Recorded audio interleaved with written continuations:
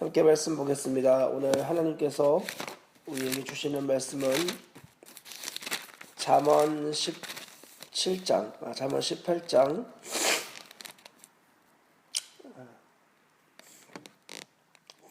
18장 10절부터 15절까지의 말씀입니다. 잠언 18장 10절부터 15절까지의 말씀을 찾으셨으면 한 목소리로 봉독합니다. 여호와의 이름은 견고한 망대라. 의인은 그리로 달려가서 안전함을 얻느니라. 부자의 재물은 그의 견고한 성이라. 그가 높은 성벽같이 여기느니라. 사람의 마음의 교만은 멸망의 선봉이요 겸손은 존귀의 길잡이니라. 사연을 듣기 전에 대답하는 자는 미련하여 욕을 당하느니라. 사람의 심령은 그의 병을 능히 이기려니와 심령이 상하면 그것을 누가 일으키겠느냐. 명철한 자의 마음은 지식을 얻고 지혜로운 자의 귀는 지식을 구하느니라. 아멘. 다시 한번 기도하겠습니다. 하나님, 오늘 허락하여 주신 이 시간에 주님을 예배하러 나오고 특별히 말씀 앞에 서는 시간이 되었습니다. 우리의 심령을 붙잡아 주시는 주님께서 우리 영혼에 가장 필요한 말씀을 이 시간 들려주시옵소서. 이 말씀이 오늘 우리의 하루를 살게 하고 주님의 생명으로 반응하게 하는 자양분이 되게 하여 주옵소서. 예수님의 이름으로 기도합니다. 아멘.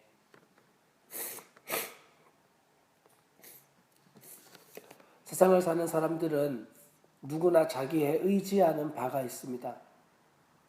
오늘 우리가 읽은 본문에서는 두 분류의 사람이 등장합니다. 한 사람은 부자로서 자기의 재물을 의지하는 사람입니다. 그가 이 재물을 의지하는 것이 견고한 성과 같고 그것이 높은 성벽처럼 보인다고 성경은 이것을 기록해 놓고 있습니다. 또 한 사람은 여호와의 이름을 의지하는 사람입니다. 그는 그것을 견고한 망대로 여기고 있습니다. 그리고 그곳으로 달려가 안전함을 얻는다고 기록하고 있습니다. 부자의 재물은 눈에 보이는 견고한 성입니다. 다른 사람들이 볼 때에도 높은 성벽같이 여겨지는 것입니다. 그러나 여호와의 이름은 눈에 보이는 망대가 아닙니다. 그리고 그곳으로 달려가는 모습이 다른 사람들이 볼 때는 때로 시근하게 여겨지는 모습으로 보일 때가 있습니다.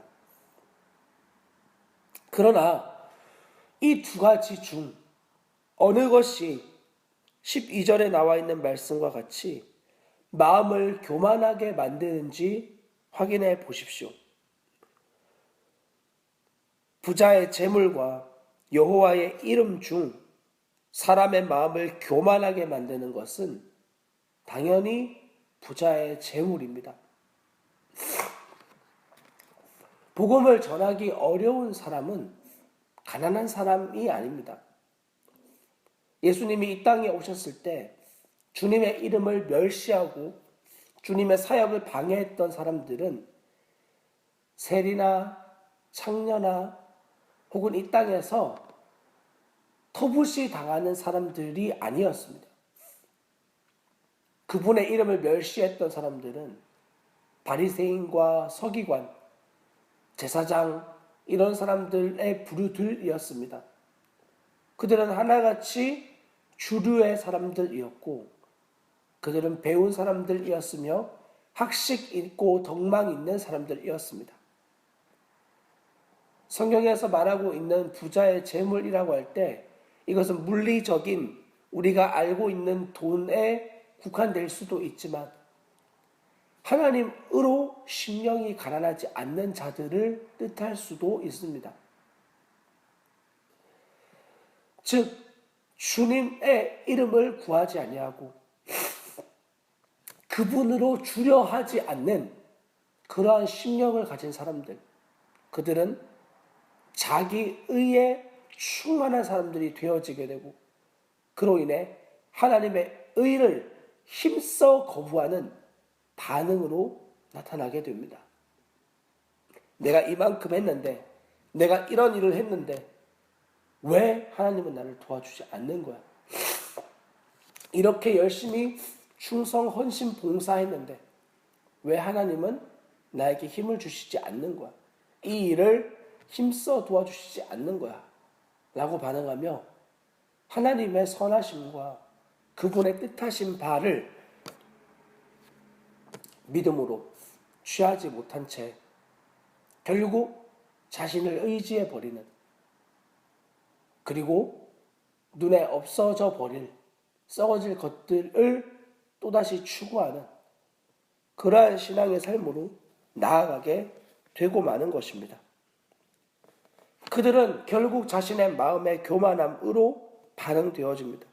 그러나 성경은 그 행동을 멸망의 선봉이라고 말씀하고 있습니다. 우리 주 예수 그리스도의 이름을 의지하는 자, 모든 상황 속에서 그분의 선하심을 붙드는 자, 그분의 허락하심을 최선으로 믿는 자들은 여기에 나와 있는 표현처럼 겸손한 심령을 가질 수밖에 없습니다.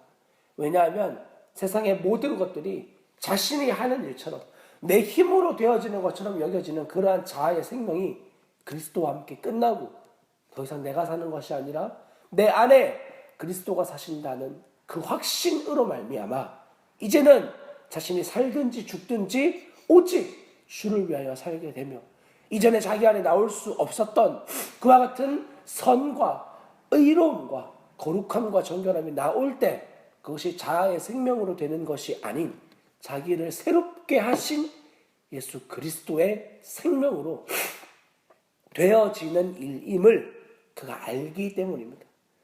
그것이 자신을 겸손하게 만드는 유일한 방법입니다.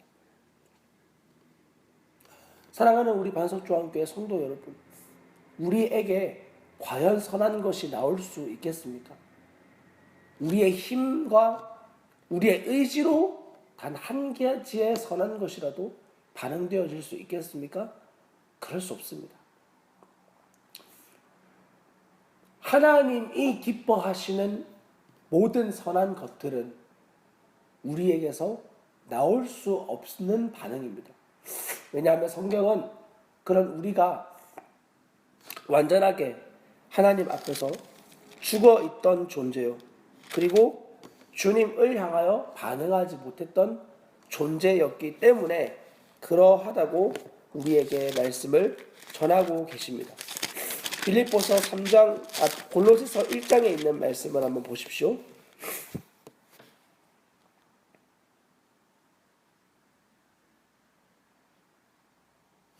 골로새서 1장 13절에 있는 말씀입니다. 그가 우리를 흑암의 권세에서 건져내사 그의 사랑의 아들의 나라로 옮기셨으니 그 아들 안에서 우리가 속량 곧 죄 사함을 얻었도다. 아멘. 먼저 주님이 우리를 건져내신 곳이 어디인지 보십시오. 흑암의 권세에서 건져냈다고 하고 있습니다. 즉 우리는 하나님을 만나기 전 여러분이 원하든 원치 않든 이 흑암의 권세에 매여 있던 자들이었습니다. 그리고 그로 인해서 하나님이 기뻐하시는 그 어떤 모습으로도 반응할 수 없는 그러한 매여 있던 자들이었습니다. 이 땅에서의 조금 도덕적이고 조금 윤리적인 모습으로 반응했을지 모르겠지만 하나님이 보실 때 그 모든 스스로 윤리적이고 도덕적이고 거룩하다고 여겼던 그 모든 것들은 하나님을 위시하고 그분을 무시하며 그분과 무관하게 살았던 삶의 모습임이 복음 앞에 섰을 때 이미 우리에게 분명하게 드러났던 사실 아닙니까? 우리의 존재가 바뀌지 아니하고는 우리의 어떤 선한 행위도, 심지어 우리가 예배하고 기도하고 헌금하고 찬양하고 모든 그 예배적인 행위조차 하나님은 그와 같은 가증한 것들을 내게로 가지고 오지 말라는 선언을 하십니다. 모든 세계가 자신에게 속하였고 수양의 기름과 이 양의 피에 이미 충분하게 배가 부른 하나님 앞에 우리가 그런 것으로 그분을 만족시킬 수 없다 이 말입니다. 하나님이 원하시는 것은 제사가 아니라 상할 심령이라. 시편에 다윗이 고백하였던 것과 같이 주님 우리에게 원하시는 것은 우리의 마음 전부입니다. 그 비참한 마음을 가지고 하나님 앞에 가난한 마음을 가지고 그분 앞에 나와서 오 주님, 제가 이런 존재입니다. 저에게는 어떤 선한 것도 나올 수 없는 죄 자체입니다. 그런 저를 불쌍히 여겨주십시오 라고 여기며 그분 앞에 무릎을 꿇은 자는, 그리고 계속하여 그 믿음을 사용하는 자는 결코 그의 인생의 교만이라고 하는 시험이 찾아올 여지가 없습니다. 그 시험이 찾아왔다가도 그 믿음 위에 굳건하게 서 있다면 그리스도가 모든 유혹 가운데에서 당당하게 하나님의 진리의 말씀으로 그것을 이겨내셨듯 그 생명이 부여진 우리에게 역시 그와 같은 시험 가운데에서 당당하게 승리를 선포하며 나아갈 수 있는 삶이 되어졌습니다. 그 사람이야말로 반드시 성경에 나와 있는 겸손함으로 삶이 드려지는 자들입니다. 그러므로 13절에 나와 있는 말씀처럼 사연을 듣기 전에 대답하는 자는 미련하여 욕을 당한다 라는 이 말씀은 바로 그와 같이 그 존재를 향하여 어떤 태도로 반응하는 사람인지 보여주는 말씀입니다. 상대방이 나에게 왔을 때 그를 쉽 판단해버리고 너 그래서 그런 거야 라는 그의 영혼의 외침과 울림을 들으려 하지 않고 나의 수준에서, 내 수준에 의해서, 내 수준의 신앙의 가치로 그를 판단하는 이러한 사람들이 교회에서 더러 있다는 것을 알고 있습니다. 그러나 여러분, 주님의 의가 임하여 이미 하나님 앞에 1만 달란트를 빚진, 그러나 그것이 탕감받은 은혜를 받은 자들은 그의 영혼에 그의 심령을 상하게 하는 그런 이야기를 하지 않습니다. 물론 진리를 증거하는 것이 때로는 상대의 영혼에 아픔을 줄 수도 있고 그 상처를 도려내는 이러한 칼날과 같은 것들이 되어질 수 있겠습니다만, 그 말을 증거할 때 과연 하나님 앞에서 의롭고 온유한 심령을 가지고 겸손한 마음을 가지고 증거한다면 반드시 그의 영혼에 이 하나님의 진리가 부어질 때 영혼이 그것을 들으며 살아나는 은혜를 경험하게 되어집니다. 그것은 어느 순간 반드시 열매를 맺게 되어집니다. 당장은 아니겠지만 때로는 주님의 은혜로 그 말을 전하는 순간 그의 영혼이 살아나는 일이 있을 수 있겠지만, 대개는 진리를 전할 때 죽어있던 영혼이 그것을 먼저는 들을 때는 합당하지 않게, 왜냐하면 영혼이 죽어있기 때문에 그것을 거부하는 반응으로 나올 때가 더러 있습니다. 그러나 주님 반드시 열매를 맺게 하실 겁니다. 그러나 우리에게 주님이 요구하시는 태도는 그 상대방을 향하여 사연을 듣기 전에 대답해버리고, 그거 기도 안 해서 그런 거야, 그거 성경 안 읽어서 그런 거야, 그 예배 안 해서 그런 거야, 이런 식의 태도가 아닌 겨우 내 수준의 그런 의로서 내가 의로 여기고 있는 그러한 행위적인 것이 아니라 그의 영혼을 하나님 앞에서 깊이 사랑하고 그 영혼과 내가 하나 되어진, 그러나 그가 주님 앞에 나오지 못하고 있는 그 영혼의 괴로움을 같이 통감하며 주님의 마음이 부어진 것으로 그에게 다가가는 행위를 주님은 이렇게 우리에게 표현을 하였던 것입니다. 그래서 신앙생활을 하면서도 미련하여 욕을 당하는 사람들이 그렇게 많이 있는 겁니다.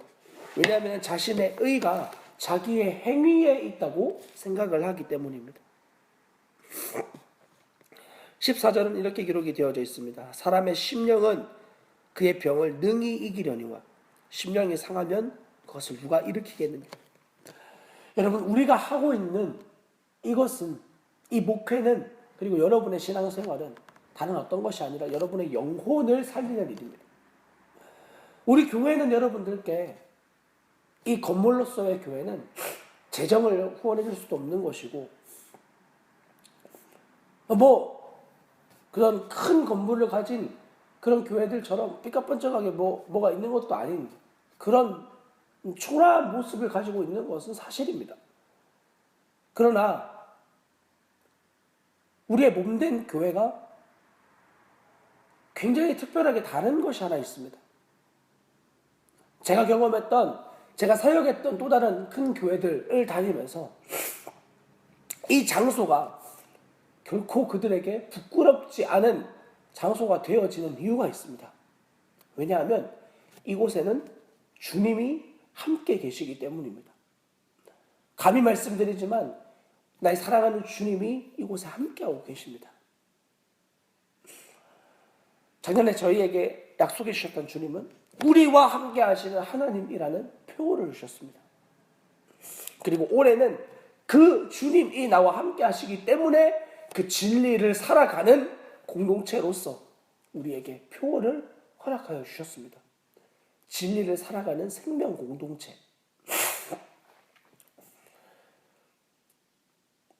여러분, 생명은 굉장히 특별합니다.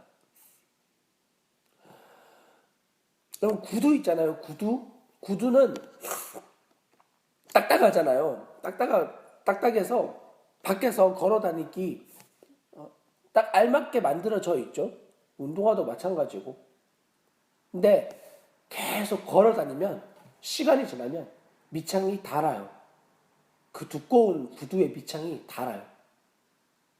근데 만약 여러분들이 맨발로 다녀보시기 시작하시면 그렇게 부드러운 그 맨발이 계속 밟고 다니고 땅을 밟고 다니고 그렇게 되니까 이 발이 딱딱해져요. 발은 닳지 않아요. 더 단단해지고 더 굳세지고 이런 일들을 겪게 됩니다. 왠 줄 아십니까? 그 안에 생명이 있기 때문입니다. 여러분, 이렇게 생명은 놀랍습니다. 우리가 사랑하는 이 몸된 교회에서 여러분들에게 증거하고 전해주는 것은 이 그리스도로 인한 생명, 예수 그리스도로 인하여서 우리의 영혼이 살아나고 우리의 영혼이 생명을 얻고 그로 인해 이 썩어질 육체까지도 그 영혼의 강력한 힘에 이끌려 주님이 기뻐하시는 자연스러움을 향하여 달려나가게 되는 삶. 폴리카르포스는 그 죽음의 경기장 앞에서도 하나님을 배신해라, 예수 그리스도를 떠나고 다른 신을 섬겨라 라고 하는 그 소리에 86년간 그분이 나를 한 번도 실망시키신 적이 없으셨는데 내가 어떻게 나의 왕 되신 그분을 떠날 수 있겠습니까? 라고 하며 가진 협박과 모욕에도 꿋꿋하게 주님의 이름을 붙들고 생명을 잃어버리는 그런 일을 겪었습니다.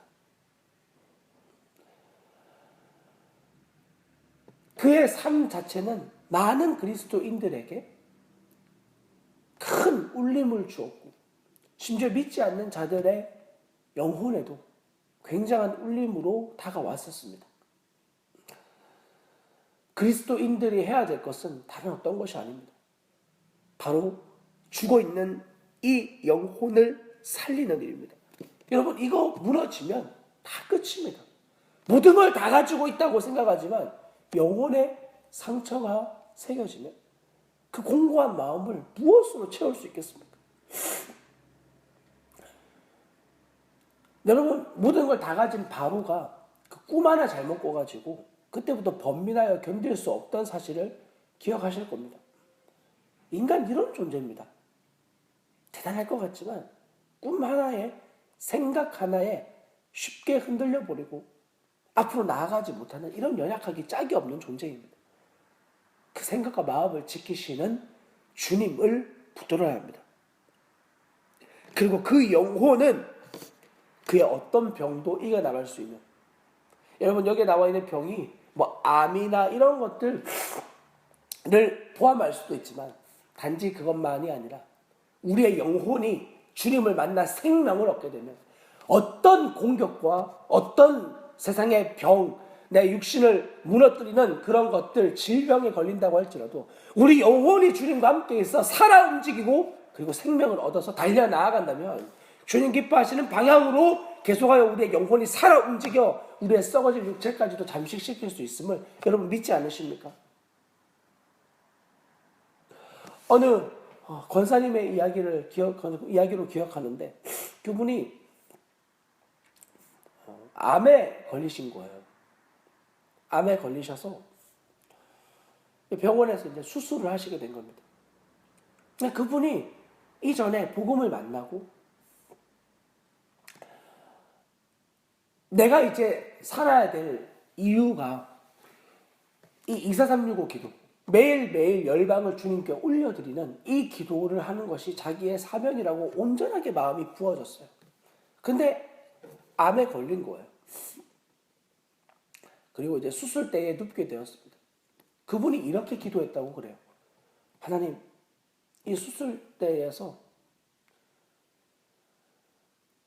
제가 기도하고 있는 24365 기도의 시간을 놓치지 않게 하여 주십시오.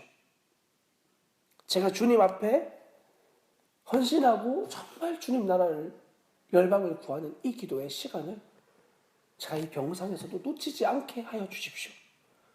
라고 그렇게 기도했는데, 그분이 수술이 끝나고 눈을 뜬 시간이 마침 그 24365 기도 자기가 받은 김기 전의 시간이었던 거죠. 너무 감사하면서 그 기도를 감격스럽게 주님 앞에 올려드렸다고 하는 이야기를 들었습니다. 이런 모습이 바로 그의 영혼이 살아서 병을 능히 이기는 삶의 모습입니다. 그 어떤 죽음도, 그 어떤 질병도, 그 어떤 전사들도, 권세자들도 우리를 사랑하시는 우리 주 예수 그리스도의 사랑에서 결코 나를 끊을 수 없다고 당당하게 선언했던 바울의 선언은 그분에게도 실제였습니다. 그렇다면 오늘 이곳에 모여있는 저와 여러분들에게는 더욱 실제여야 되지 않겠습니까? 건강한 몸을 가지고 있고 건강한 육체와 정신을 가지고 있고, 그렇다면 이때 더욱 주님 앞에 전심으로 기도의 자리에, 연합하는 자리에 달려나아가야 우리의 육체가 어느 순간 연약하여지고 지치고 낙심되어질 그때 우리의 이 믿음의 습관이 우리를 선한 길로 인도해 주실 것을 여러분 신뢰합니다. 건강할 때 더욱 주님을 구하십시오. 그래야 여러분의 육체가 연약하여질 그때 더욱 주님의 이 믿음의 관성이 여러분들을 이끌어 줄 겁니다. 명철한 자의 마음은 지식을 얻고 지혜로운 자의 귀는 지식을 구하느니라. 여러분, 이와 같은 이야기들이 단지 허황된 소리로 들린다면 여러분의 영혼은 아직 죽어있는 영혼일지도 모릅니다. 여러분의 영혼을, 그리고 여러분의 심령을 명철하게 만드시는 분은 오직 하나님이십니다. 그 마음이 지식을 얻게 하여 줍니다. 이것은 일반적인 지식을 뜻하는 말이 아닙니다. 이것은 오직 하나님의 완전한 지혜요 지식 대신 예수 그리스도, 그분을 의미하는 겁니다. 정말 그분을 얻고자 하는 마음이 있는지, 지혜로운 자의 귀는 지식을 구한다고 하는데 오직 이 지식이 하나님을 아는 완전한 지식 대신 예수 그리스도, 그분을 통하여만 내가 지혜로워질 수 있고 명철하여질 수 있는 존재가 되어짐을 여러분 정말 믿음으로 취하십니까? 이 사실을 정말 믿음으로 취하고 있습니까? 많은 사람들은 이것 외에 다른 처세술, 세상에서의 성공, 번영 이런 것들만을 추구하며 교회를 다니지만 그런 어떤 것도 아니라 오직 나에게는 주 예수 그리스도, 그분이면 정말 충분한지 여러분의 영혼 가운데 자문하여 보시기를 바랍니다. 주님은 우리에게 어떤 일을 이루셨습니까? 골로새서 1장 14절부터 보시면 이렇게 기록이 되어져 있습니다. 그 아들 안에서 우리가 속량 곧 죄사함을 얻었도다. 그는 보이지 아니하시는 하나님의 형상이시오 모든 피조물보다 먼저 나신 이시니 만물이 그에게서 창조되되 하늘과 땅에서 보이는 것들과 보이지 않는 것들과 혹은 왕권들이나 주권들이나 통치자들이나 권세들이나 만물이 다 그로 말미암고 그를 위하여 창조되었고 또한 그가 만물보다 먼저 계시고 만물이 그 안에 함께 섰느니라. 그는 몸인 교회의 머리시라. 그가 근본이시오 죽은 자들 가운데서 먼저 나신 이시니 이는 친히 만물의 으뜸이 되려 하시며 아버지께서는 모든 충만으로 예수 안에 거하게 하시고 그의 십자가의 피로 화평을 이루사 만물 곧 땅에 있는 것들이나 하늘에 있는 것들이 그로 말미암아 자기와 화목하게 되기를 기뻐하심이라. 전에 악한 행실로 멀리 떠나 마음으로 원수가 되었던 너희를 이제는 그의 육체의 죽음으로 말미암아 화목하게 하사 너희를 거룩하고 흠 없고 책망할 것이 없는 자로 그 앞에 세우고자 하셨으니 만일 너희가 믿음에 거하고 터 위에 굳게 서서 너희 들은 바 복음의 소망에서 흔들리지 아니하면 그리하리라. 이 복음은 천하 만민에게 전파된 바요 나 바울은 이 복음의 일꾼이 되었노라. 아멘. 여러분의 믿음의 터는 지금 어디에 있습니까? 모든 만물이 그리스도 안에 있고 그리스도를 위하여 존재한다고 선언하고 있는 이 주님의 말씀의 토대 위에 오늘 이 시간도 굳건하게 서 계시기를 바랍니다. 그 터 위에 그 믿음에 굳게 서서 여러분이 들으신 바 그 복음의 소망에서 흔들리지 마십시오. 눈에 보이는 상황과 환경에 계속하여 반응되어지지 마십시오. 오직 우리 주 예수 그리스도가 선언하여 주신 진리의 말씀을 굳게 붙들고 여러분의 영혼의 생명을 주신 그 주님이 오늘도 우리의 삶의 가장 선한 길로 인도하고 계심을 다시 한번 믿음으로 취하여 영광스러운 발걸음을 옮기는 하루가 되어지길 주님의 이름으로 간절히 부탁을 드립니다. 기도하겠습니다. 하나님, 우리에게 흔들리지 않는 터 위에 서 있는 진리의 말씀을 허락하여 주셔서 감사합니다. 주님, 우리가 의지하고 나아가야 될 것이 썩어지고 허망한 것들이 아닌 하나님의 진리의 말씀임을 깨닫게 하여 주시니 감사합니다. 주님을 의지하고 눈에 보이지 않지만 주님께로 달려나아가는 발걸음이 얼마나 영광스럽고 기쁜지 이 삶을 결코 놓치지 아니하도록 우리에게 오늘도 은혜를 더하여 주시고 매 순간 주님을 믿는 굳건한 믿음을 우리의 심령 가운데 부어주사 우리를 연약하게 만드는 그 모든 것들에게서 당당하게 승리를 선포하고 이미 이기신 그리스도의 십자가의 죽음과 부활을 외치며 세상 가운데 담대하게 달려나아가는 우리의 삶이 되어지게 하옵소서. 예수 그리스도의 이름으로 기도합니다. 아멘.